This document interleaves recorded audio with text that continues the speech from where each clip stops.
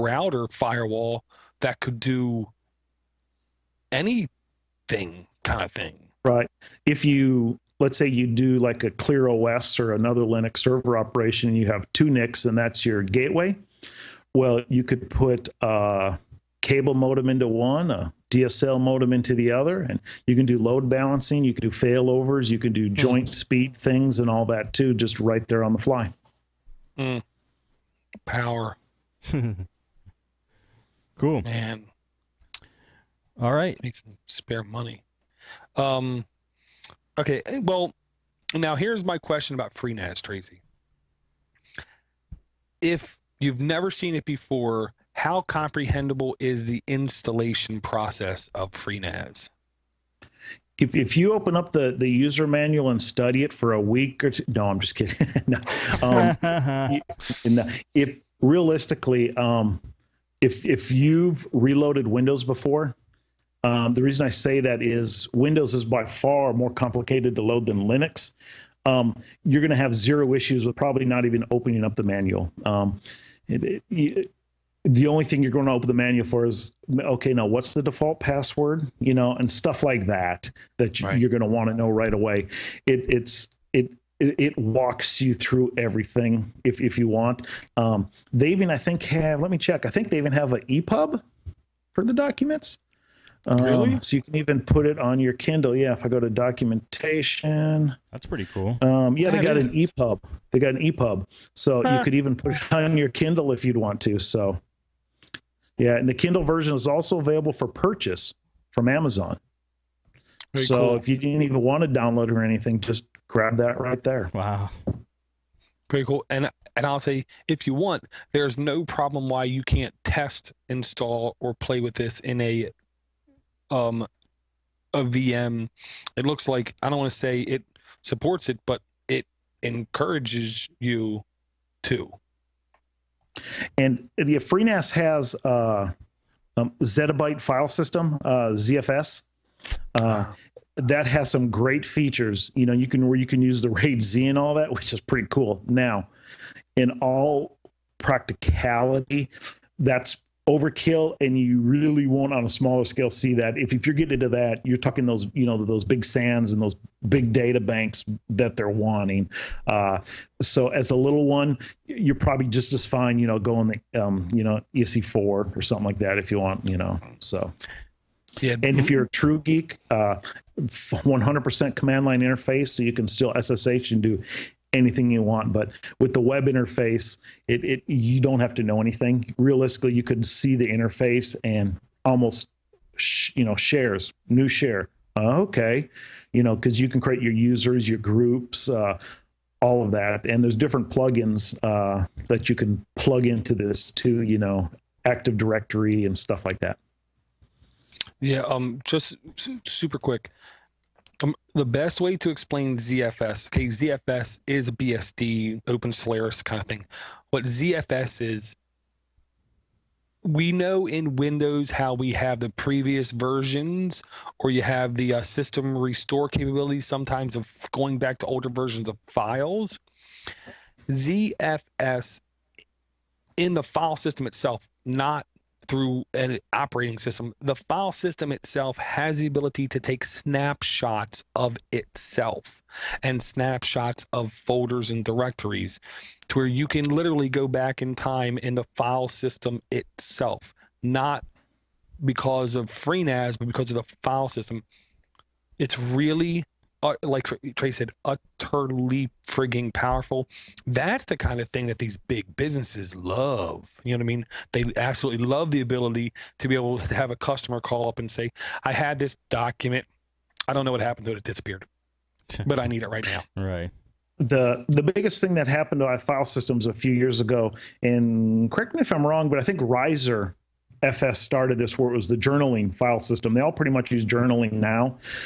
Basically, it's writing stuff down kind of to itself and then to the hard drive in case there's crashes or something like that, as best I can understand it.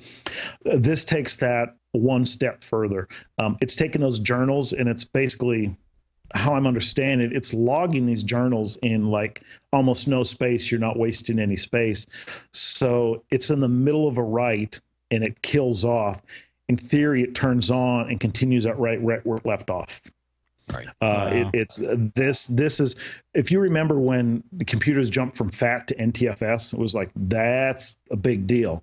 That's like what the ZFS is coming to the future. And I think Fedora comes with it now, if you want to play with it a little bit, if I remember. The new Fedora does. And I don't know if the new Ubuntu does or not, but I think the new Fedora, and I think SUSE, the new SUSE, has it too if you want to play with it a little bit.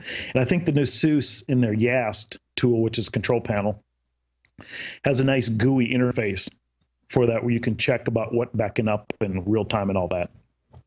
Yeah. In the Linux world, we're trying to use a thing called ButterFS, which is ZFS, very ZFS like. And yeah, I do believe OpenSUSE right now is the only one with a GUI interface to this. You know, if you want to do it on the other ones, you have to know command line in the Linux world. And I'll say SUSE doesn't seem to get enough airplay in the Linux world. Really? It's yeah, hands down. I mean, if I take all the Linux distributions out there, by far, no one's even close to this. Even, you know, Red Hat desktop they pay for, nothing is as polished as SUSE and OpenSUSE. Hands down, it's the smoothest everything. And like Dora says, it doesn't get enough praise. It's a great distribution, and I think it's called SUSE Studio, if I remember. You can Sounds go right. online. You can build your own distribution online just by clicking buttons, packages, and all this, desktops, and all you want on there. Upload your own boot screenshot, your own desktop wallpaper, and download the ISO and share the ISO. And better yet, to test it, you can play it, that ISO you created before you download it, in a virtual machine. Wow. All online. Online? Damn. Yes. So you can test it all out before you even download it and say, nah, let me tweak this, let me tweak that.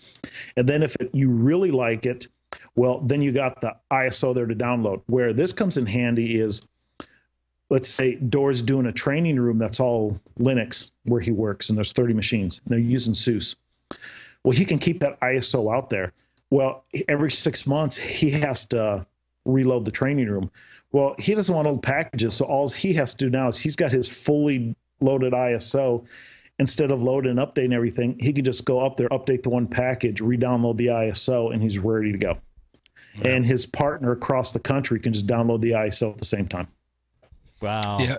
Now, real quick, SUSE Studio is where you can go if you want to build a custom downloadable, testable distribution. If you want to browse what other people made, if you go to SUSE Gallery, which is actually susestudio.com/browse, it's a playground.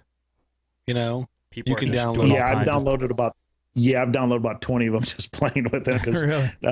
I usually don't have to build one. You know, I built a couple just plain, but I go to the gallery and I just start looking around, and you'll find one like, wow, that has everything I need to do it, ready to go, done. Download it and you're good to go. That's awesome. Yeah, and the one thing I want to not minimize to people is, okay, when I had the impression in my head, BSD means more complicated. It means, I thought, less GUI friendly, more command kind of thing. pfSense and FreeNAS has proved me to be an utter fool, okay?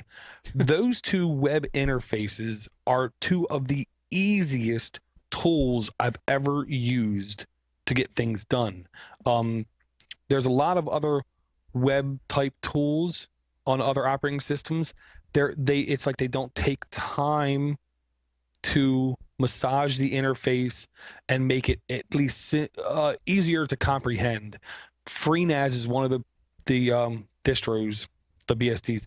They really have that web desktop down to how you configure and do the permissions and the groups and the disk really down pat. I really like it. I was very happy the first time I launched it, because I thought, man, okay, rolling up my sleeves, time for me to get a lot of caffeine in my system. I'm going to be up here for hours configuring this thing. And no, the web interface made it drop dead simple. Really? Yeah. Yeah. Because one thing BSD has over Linux, two things. One is It can run anything Linux can run because it has a Linux like application layer on the where any Linux app will run on BSD. And two, how the applications go. Every Linux distribution might put some in opt and local and put some of the different files where they want in different places. Well, BSD kind of runs like the Mac world because Mac OS X is based on BSD, where you can have local installs all into one folder and put it wherever you want it to. So, and plus everything kind of can work in its own sandbox, which Mac doesn't really have. So security wise, BSD is a little better. And I think for application support, BSD would be a little better, but because of their licensing, they use the BSD license, which means the Linux license basically, it's more complicated than this is you can use it, do what you want with it, but if you change it, give the source back, what the changes you made back.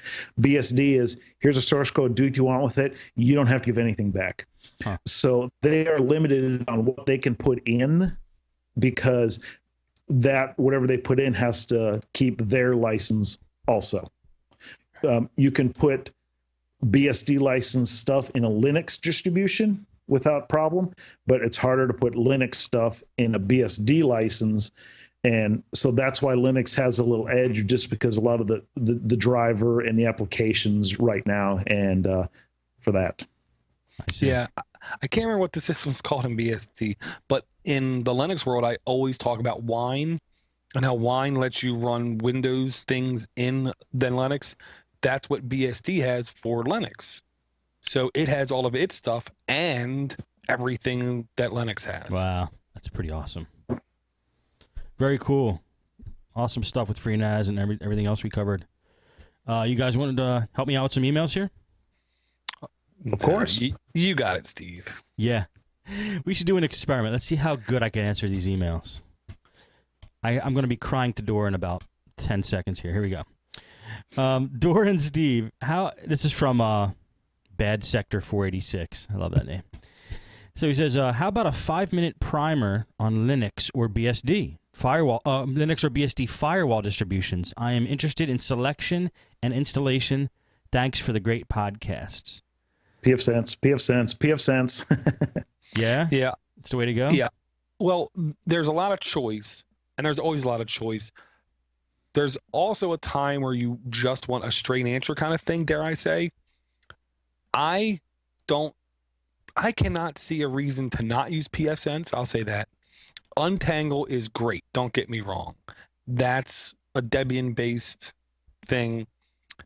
PFSense is a BSD-based thing. It might have less shiny curved edges in the interface, I'll say. Ultra functional. And I'm going to say this very carefully. I personally believe because of the BSD license being, we can make changes and we don't have to tell everybody, but BSD is in its core ultra open.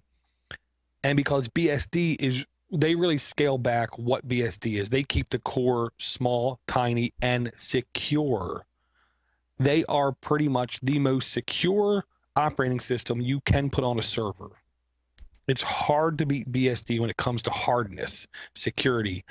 PFSense is the one. I highly encourage people, try it. And then if it doesn't do what you need it to do, try it again in 3 months kind of thing. And then if it doesn't do what you need it to do, try it again in 3 months. Because you really need to give it a fair shake, because it really is utterly powerful. And man, that interface made it very easy. And PFSense has the quote unquote app store, which, no, they weren't the one that had to change their name, but they have like an app store where you literally put in extensions and plugins. Really? And we all understand that, you know. Tracy, why do you like PFSense? Besides the ease of use, the sheer power. Back, when I was still in corporate world a long time ago, they had this big commercial firewall that they were spending hundreds of thousands a year on. I'm not going to say company I work for, but basically they did a lot of processing and for the big AS400 boxes, and for every minute they were down, they were losing like $500,000. So to them, the firewall was very important. Okay. So when he was working on, I seen him working on the